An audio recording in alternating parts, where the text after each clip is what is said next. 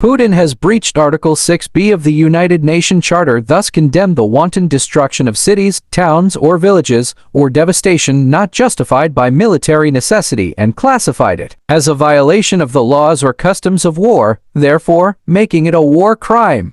Coursing in necessary suffering and honor, sometimes called chivalry, is the most commonly cited principles of international humanitarian law governing the legal use of force in an armed conflict is a war crime. New developments of war crimes, as Putin honors brigade accused of Bucha war crimes. The majority of people killed in Bucha died from gunshot wounds, Ukrainian police said last week. The Russian army has already entered there, with a huge amount of military hardware, killing civilians and destroying unarmed civilians' life. More news coming up next on this channel.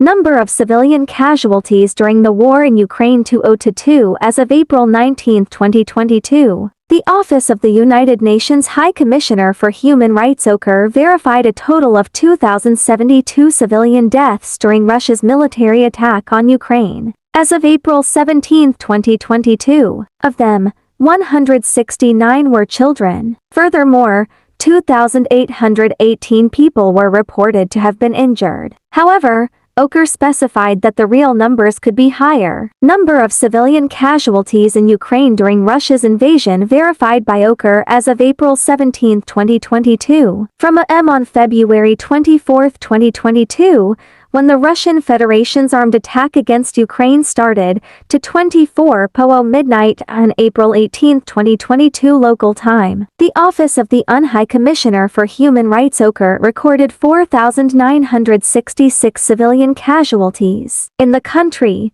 2,100 were killed and 2,862 injured. This included a total of 2,104 killed, 556 men, 333 women, 39 girls, and 60 boys, as well as 71 children and 1,045 adults whose sex is yet unknown. Total of 2,862 injured, 331 men, 260 for women, 59 girls, and 63 boys, as well as 155 children and 1,990 adults whose sex is yet unknown. In Donetsk and Luhansk regions, 2,129 casualties, 739 killed and 1,390 injured on government-controlled territory, 1,730 casualties, 660 killed and 1,070 injured on territory controlled by the self-proclaimed republics, 399 casualties, 79 killed and 320 injured. Most of the civilian casualties recorded were caused by the use of explosive weapons with a wide impact area, including shelling from heavy artillery and multiple launch rocket systems, and missile and air strikes. OHCHR believes that the actual figures are considerably higher, as the receipt of information from some locations where intense hostilities have been going on has been delayed and many reports are still pending corroboration. This concerns, for example, Mariupol Donetsk region, Izium Kharkiv region, Popasna Luhansk region, and Borodianka Kyiv region, where there are allegations of numerous civilian casualties. These figures are being further corroborated and are not included in the above statistics. Office of the Human Rights notes the report of the Minister of Interior of Ukraine, according to which as of 7:3 am 15 April local time, at least 2,700 civilians had been killed, including women and children. OHCHR notes the caveat made by the minister, who stressed that this figure concerns only those civilian deaths on which criminal proceedings had been initiated and where forensic expertise of dead bodies had been carried out. OHCHR also notes the report of the Prosecutor General's Office of Ukraine, according to which as of 19 April local time, 205 children had been killed and 367 injured. More than 7,000 which only about war crimes and more than 3,000 which are connected to them.